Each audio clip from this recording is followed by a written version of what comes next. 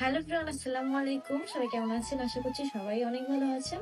এখন তো শীতকাল, টমেটোর সিজন। তো এই যে লাল লাল পাকা পাকা টমেটো, এই টমেটো গুলো কিন্তু আমার ভীষণ পছন্দ, আমার খুব পছন্দ। সালাদ পছন্দ, মাছ দিয়ে রান্না করলে, ঝোল করলে, যে কোনো ভাবে আমার অনেক পছন্দ। তো ভাবলাম যে টমেটো ফুরিয়ে যাওয়ার আগেই টমেটো সস বানিয়ে নেই। তো এখানে আমি 3 কেজি টমেটো নিয়েছি। তো এখানে আমি অর্ধেক কেটে নিয়েছি। এখন আমি বাকি অর্ধেকটাও এখন আস্তে আস্তে কেটে নিব।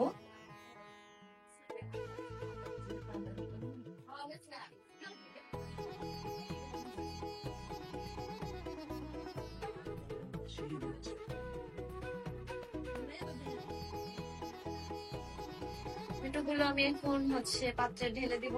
বিসমিল্লাহ। ঢেকে দিয়ে সিদ্ধ করে নিব। একটু মিডিয়াম হিটে দিব এটা আমি।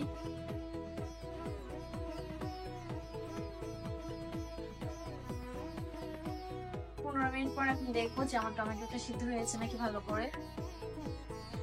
এই যে টমেটোতে অনেক পানি ছাড়ছে আর সিদ্ধ মোটামুটি হয়ে গেছে। এটা ভালোভাবে সিদ্ধ হয়ে গেলে এটাকে আমি ঠান্ডা করে তারপরে আমার ব্লেন্ডারে ব্লেন্ড করে নেব।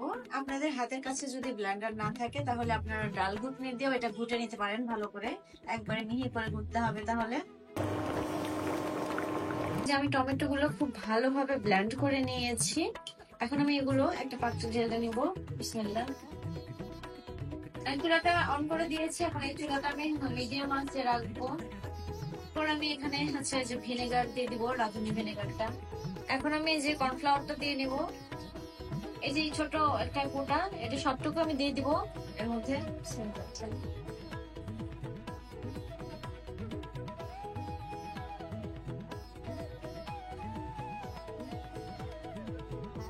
স্বাদ মতো লবণ দিয়ে নিব।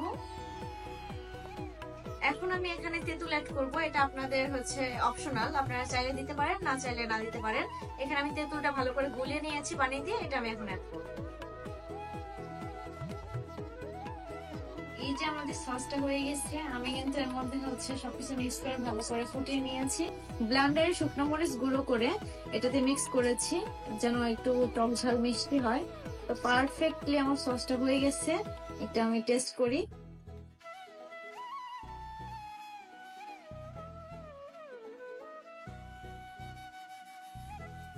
অনেক মজা হয়েছে, আলহামদুলিল্লাহ। কালারটা জোস আসছে, দেখেন লাল টকটক করতেছে। কোনো ফুড কালার ইউজ করি নাই, স্বাস্থ্যসম্মত বাসায় বানিয়ে ফেলেছি টমেটো সস।